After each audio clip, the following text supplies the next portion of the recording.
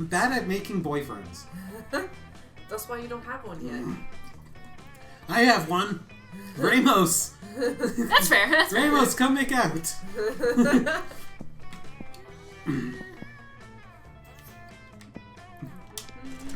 Ooh, hello, you musketeer, you. I like the little shadow in his hat. Yeah, apparently, fucking, you see them around every once in a while. They're like little ghosties or something. Like it. That day, rehearsing for the cosplay, you do a terrific job at acting. You act so hard, some of your classmates in the office throw roses at you. 7 roses, to be exact. Wow. Oddly specific. Damn, roses aren't a valid currency or stat in this game. Anyway, you check your converter out to see if this could translate into something a bit more useful. Did you make some And it money? seems 7 roses equals 2 creativity. Nice. Sweet, you gain 2 creativity. Sick. God damn it. After rehearsal, you notice Liam, Polly, Miranda staying late. You expect this from Liam, but Polly and Miranda? Something's up. This is all 3 of us. Oh, shit, yeah. No. We need something transcendent, something fresh. Liam giving us both back rubs is neither of those things. Ugh, whatever. I don't like your tone. Honestly, I don't know why either of you even signed up to help with intermission performance. Principal Giant Spider said I could do this instead of taking math. Academics at the school are a joke. It's awesome. Intermission performance? Holly told me we were coming here for back rubs. Well, you're both here now. We've got to make the best of it. Let's give that audience the best 13 minutes of their lives. A rousing speech. You must... You have my You have my... what? scepter. Scepter. You know what? That does sound fun. Let's do it. So, any ideas? Ugh, no. How are we gonna do a great performance if we don't even know what we're gonna perform? Reenact Snow White. Miranda can be Snow White. Liam can be the prince, and Polly can be every single other character. Literally just throw money at them. People love money. Oof. I'm thinking this one. Yeah. See? Because I was just saying, throw money, make the problem go away. Oh yes, the role I was born to play. Literally. A prophecy foretells that I will one day fall asleep after an allergic reaction to an apple. Oh god. I'm sure Polly can play all of those roles. There are at least 7 other. Hell yeah! Finally a use for all those false beards I've been collecting. And all these amphetamines. Oh god. Didn't even see that, but yeah. In that case, we have a cast. I'll spend some time ruling a small kingdom, of course, get into character. Oh, you can use what is it called? Lemuria. Lemuria? Father just had their old prince executed. Ooh. You kick back and watch the rehearse. Polly pulls out like 20 fake beards from God knows where. You gain 2 fun and 1 creativity. Yeah. Damn. Hey, Blue. You're my boy, Blue. Damn. God, you guys are doing... I'm fucking the worst. I'm terrible at this. Are we all the worst, though? No, but I'm like actively the worst. The dodgeball match the takes worst. place. At one point, you're about to be eliminated by a player from the other team, but suddenly you convince him not to throw the ball at you with a heartfelt speech about the importance of everyone's lives. The player bursts into tears, and you take advantage of the moment of weakness, throwing the ball at him. You lose 5. Aww. Mercy, a stat that might be useful in a Monster Prom sequel, but isn't now. Ah, And you gain 2. Oh, woe is me, alas, A lack. a lack of a day. Miranda is throwing a hiss's fit. Must be Tuesday. Still, what else are you gonna do? Study? Oh, hello, don't mind me. I'm simply enduring the most horrible injustice to happen to anyone ever. You're always doing that. Yeah, right. You shan't believe which cruelty could happen at our own school, but just today, Mrs. the Lich Loch Ness Monster told me that I shall be receiving a B+ in her class. A B+! Of all because I solemnly attended... Seldom attended. Does she not understand the importance of my daily royal manicures? Such as a horrid grade will surely cause father to cease paying for my seahorse's insurance as a punishment, and then how shall suitors call upon me? Oh, the tragedy! If only someone knew a way I could I don't know, perhaps break into Principal Giant Spider's office across access his private computer and alter my grade. Stick a web of flies outside the principal's office. When he goes out to eat, we sneak in, burst into tears. Spiders hate tears. Oof. I mean, yeah.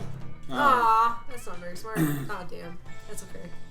My ladies in waiting are expert lace makers. I'm sure they shall have no problem dropping everything in order to detain a variety of bugs. Indeed, they don't. Or are too terrified to object. And they create a sticky, gooey web. A very sticky, gooey web.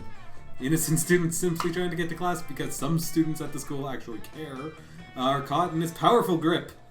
Werewolves lose clump of hairs as they try to wiggle free. Mummies unravel their bandages. Ghosts give no fucks. Everyone else just sort of sheds their clothing and streaks down the hall in terror. Ack! My poor eyes! Gazing upon this naked flesh, and not one of them having brought me so much as a chariot first. Miranda dashes off to find friendlier sights. You dash off to detention. Go to see a Principal Giant Spider. You lose 2 boldness. That's okay. I was doing pretty well before, so... Everybody chooses an animal. Say your choice out, and then, yeah. Giraffe. I was gonna say giraffe. Capybara.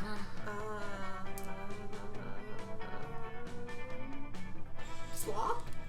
My favorite. How likely it would be for the selected animal to take over humankind. Sorry, you're going last again. That's okay.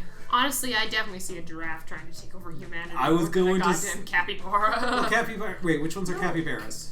They're the really large, like, rodents. Aren't they the ones that use their ass to hit No, things? that's a wombat. Oh. Yeah, that's a wombat. Alright, giraffe pussy again. Capybaras are like large ass rodents. Like the size of dogs. Same order, so I'm just gonna hit random then. Okay. You first. Hey! And me last. I get to go first this time. Look at you go. Maybe I could finally, you know. Oh my god, we're almost at the end. It's me. I'm gonna go sit over here. You approach Scud and Miranda's table. You see the entire table is covered in exotic silverware? Okay. Wow. Oh, what's this for? That's the forking spoon? It's a spoon for picking up your forks so that you don't have to touch them with your fingers. And that one? That's the tuning fork. It's for making sure all your other silverware is tuned A minor as is proper. As proper. What about this one? That's the dairy knife. It's for milk. Wow! Do people even intend to never invent new silverware? All the time, and none of them are any good. It would take a genius of true subtlety to improve on the existing canon. A genius of true subtlety? A genius of subtlety are your middle fucking names. You suggest the ultimate new silverware. Oh no. The salad harp or hands. My favorite silverware. Cats, how crude. I know, right? My only more favorite silverware are my face and my mouth. I might actually love him. I know. Scott is pretty good, yeah. I think you are misunderstanding the purpose of silverware. No, I don't think so. Look. Scott reaches into his backpack and pulls out 2 silver hands, a silver face, and a silver mouth. He holds the hands in his hands, the face in his mouth, and devours his lunch in a highly counterintuitive way. I stand corrected? You're not standing, you're sitting. Anyway, I know I gotta put on some ointment. Now that silver is really bad for my skin. Yeah, I was gonna say. Kinda, right? Scott lets you put the ointment on him. Nice. Oh. Alright, yellow. Mr. Orgasm. That was great. I'll go bug Vera, and you can. So I can actually talk to the boy. Yeah. I want to talk to her. You take your seat besides arguably the 2 coolest monsters in all of Spooky High. Here's hoping you can keep up with them. Oh, these are both me. Fuck. I could have Vera, are you eating manticore steaks again? Yes, and it's delicious. Don't you know the amount of cruelty involved in the mainstream meat production industry? Yes, and it's delicious. Besides, Liam, you're a vampire. Don't you only consume things that are dead? Well, yes, I suppose, but it's always ethically sourced, organic, free-range, and human. The human population is out of control, and eating them is the most environmentally responsible thing. Whoa, too fucking real. Basically, right? Listen, Liam, I happen to have a personal feud with every single animal I eat. I make sure to meet all of them first and ensure I'm devouring only the ones I hate the most. It makes it extra tasty. Well, then, surely you can inflict such pain without going through the cruel meat industry and supporting factory farming. Isn't home cruelty better anyways? Home cruelty. You may actually have a point there. And if I get my hand in the pot, I can inflict even more effective and specific pain. I bet there's a way to make money off this too. Hang on. I somehow ended up arguing against my own interests here. Liam, do you want to find innovative and creative ways to make society forward? Or do you want to oppose cruelty like every other weak mainstream loser? You can actually hear Liam's brain shaking as he struggles between his desire to be perceived as ethical and his desire to be perceived as creative. Maybe you can step in and help out. The animals you kill may lose their lives, but what about their afterlives? Instead of letting their spirits go to waste as the byproduct of the meat industry, let's serve their entire souls. Eternal souls is a side dish. Animals are already suffering from ignorance. If Vera wanted to increase their pain, the best way we could do it is to teach them the concept of death, so they really fear their fate. Let's educate cattle on metaphysics. That's the line. Yeah, good plan. Sure. No. Well, I can't condone animal cruelty, but I wholeheartedly support animal education. I do like animals, but their illiteracy is my fourth least favorite thing about them. Right between their poor taste in fashion and simplistic view on German cinema. It's not the worst idea you've ever had. Although, face it yellow, you are known for having pretty terrible ideas 50% of the time. True story. Yeah. I really don't see building an empire out of private school for cattle, but with my business acumen, I guess it's possible. And I can rest secure in the knowledge that I'm solving the bovine education crisis. Helping Liam help cows is helping you help Liam choose to go to prom with. Oh, fuck, or something. Jesus. Or something, yeah. Alright, and now you get to do both voices. That's cool. Listen, great, you can totally sit with us. I just hope you didn't bring a gun to the bazooka fight. Yeah, we're totally showing off our best flasks. Well, not the best flasks, exactly, but the contents.